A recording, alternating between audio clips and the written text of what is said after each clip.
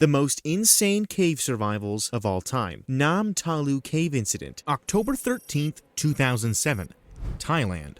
This is Helena Carroll. Right now, she's living everyone's worst nightmare, trapped deep in a flooded cave with her fiancé, John. Poisonous snakes, venomous spiders, rising water. No one's ever made it out alive under such conditions, but somehow one of them will. Earlier that week, the couple were exploring local places on a trip they had been planning for months. That's when they ran into a friend who'd been to Nam Talu Cave a few weeks ago, a popular tourist spot.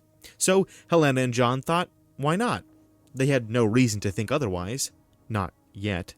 They tried to book a tour through an official guide, but he warned them monsoon season had already started. Thai caves can flood fast, sometimes even under clear skies. Still, the couple insisted. They asked around the village until a few locals agreed to take them. None had real caving experience. No proper equipment, just a rough idea of where the cave was and how to get there. It wasn't easy to enter. Low ceilings, venomous spiders, even king cobras trying to escape the heat. The next morning, they packed their bags and got ready. The sky was clear. They took a 2-hour boat ride accompanied by 5 other tourists, then hiked through the jungle to reach the cave. It waited at the end. Quiet. Still. Too quiet. Helena didn't say a word. Caves weren't her thing. She was scared of snakes, tight spaces, that feeling of being trapped. Still, she smiled. John was excited, and she didn't want to ruin it. Not today. Helena and John's lights caught bats above, eyes glowing back. Water dripped steadily from the ceiling. Slow, rhythmic, like a ticking clock. Inside, the atmosphere felt unreal, almost otherworldly. Outside, far away in the mountains, the sky darkened and heavy rain had started to fall.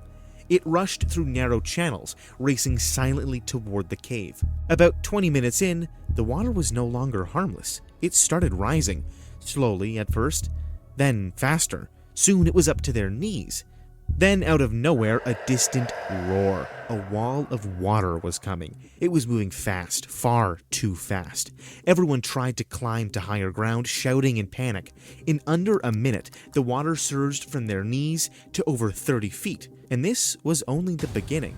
In the chaos, everyone had gone in different directions. No one could see much. Helena and John spotted a ledge above. It looked safe, safer than anything else. They started climbing. Halfway up, Helena slipped. John caught her barely. He pushed her up, then climbed after. They made it, shaken. In the struggle, both had lost their flashlights. Now they were on the ledge. No light, soaked, breathing hard.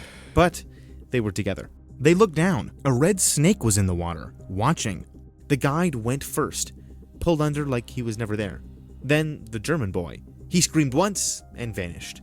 The Swiss tourists begged for help, but the current didn't argue. It just took them. In seconds, they were all gone.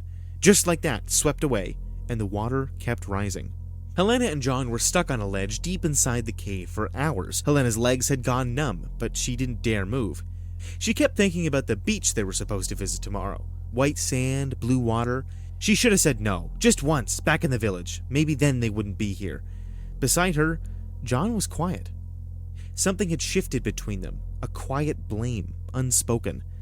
He always smiled at her, but not now. Not this time. Then, below, a quiet splash. Close. As time passed, they were getting eaten alive by insects. They both knew it now. Rescue wasn't coming. But maybe, just maybe, John could swim to the other side of the cave and get help. He looked at Helena and said, "Wait here. I'll come back." She didn't argue. He paused, just for a breath, and jumped into the water, turned once and shouted, "I love you." He didn't look back again. "And you? What would you do for love?" Now Helena was alone. She stared ahead and made a quiet deal with herself. If the water reached her, she wouldn't fight it. She thought about jumping in, but she stayed, waiting. Maybe John had made it. Maybe. Thirst finally won. She drank from the cave, muddy, bitter, probably poisoned. Then, voices, echoing through the cave, getting closer. She screamed, "I'm here! I'm here!" A local man, barefoot, holding only a bamboo stick. He wasn't part of the rescue team. Maybe John had sent him. She didn't know, but somehow he was leading her out. Later, rescuers told her John had made it. He was alive, waiting in an ambulance. Of course he made it, he had to. That thought was the only thing keeping her going.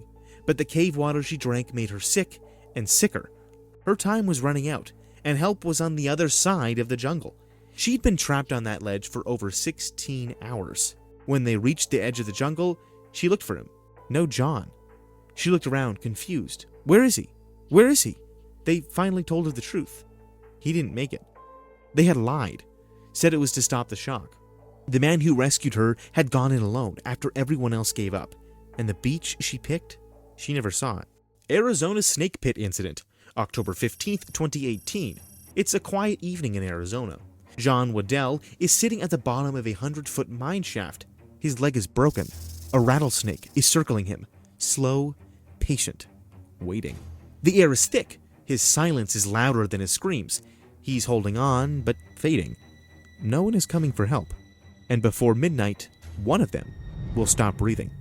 John, a 60-year-old gold miner, had spent nearly 20 years exploring old shafts and caves across Arizona. After years of digging and testing rocks by hand, he was sure the gold was in one abandoned vertical shaft on his property that hadn't been picked clean. He just didn't know what else was waiting with it. John packed his pulley system and called his friend Terry, like always. He told him he would be back by the end of Tuesday. Later that morning, he reached the entrance of the mine and began setting up the gear. With his harness secured and his headlamp ready, he began lowering himself, inch by inch, into the darkness, until something snapped. John was in free fall. He hit the ground hard. There was just enough light to see his left leg flip up to the right and his ankle twist sharply to the left. He couldn't move. It was Monday morning and no one was expecting him back until late Tuesday. He was stuck, for real. No food, no water, no medication. And he wasn't alone. Something else was down there, and it was getting closer. But that wasn't the only threat. If the swelling started, he would lose any chance of fixing his leg. So he forced it back into place. Then he tried to reset his foot, but it would not budge. Eventually, he straightened it as best he could, made a splint from a stick, and moved on. But he wasn't out of the danger yet, not even close. He leaned back, took a breath, then he saw it. A rattlesnake sliding down the wall, straight toward him. No time to think. He grabbed a stick, slammed it again, until the snake stopped moving. Then silence. The light on his head flickered and died. The cave was dark now. Wet floor beneath him, broken leg. Just his heartbeat and the quiet drip of water. Somewhere in the black, more things were moving, and not everything down there made noise. He closed his eyes for a second, not to sleep, just to survive. He felt something move under his arm. He couldn't see it, couldn't hear it, but he felt the tail. A rattlesnake right beside him. He froze. The last thing he needed was a snake bite.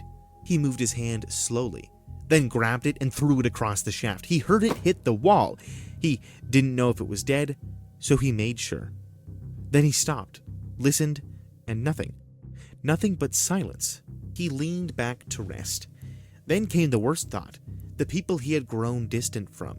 Old friends, family he hadn't talked to in decades. His dog. Would they ever find out what happened down here? All night he stayed awake, just trying to stay alive. The next day he yelled for help over and over.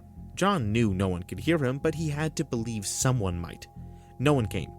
He was tired, getting weaker. The floor was rough. He couldn't lie flat. In the end, he found a piece of metal and leaned on it. It still hurt, but less. Something moved in the dark again. Rattling echoed from somewhere. Maybe behind the barrels, maybe the rocks. John liked animals. Hurting them wasn't the plan. But one bite and it was over. So he grabbed the stick, started whacking. It kept them away, for now, but how long could it last? Tuesday passed. Still no sign of Terry. His hope hurt more than his silence. By Wednesday morning, the lack of medications also began to take effect. He looked up and saw dark clouds hovering in the shaft. Strands came out of them and turned into animals crawling around the walls, but it was not real. He was seeing things from pain, hunger, and thirst. That's when he knew. If he wanted to live, he had to climb, even if it ended him, so he started digging footholds into the wall. That's when he heard it, a sound from above, an engine. But the shaft still wasn't done with him. Another rattlesnake right in front of him, closer this time. He didn't hesitate, grabbed the stick, slammed it against the wall. One more time. Then a voice from above. It was Terry. After everything, after the pain, the cold, he was here. John dropped the stick and cried. He was taken to the hospital, where doctors did several surgeries to fix his broken leg. He said he saw gold down there, but Maybe what he found was never meant to be touched. If you enjoyed this, subscribing helps me out a ton. See you next time.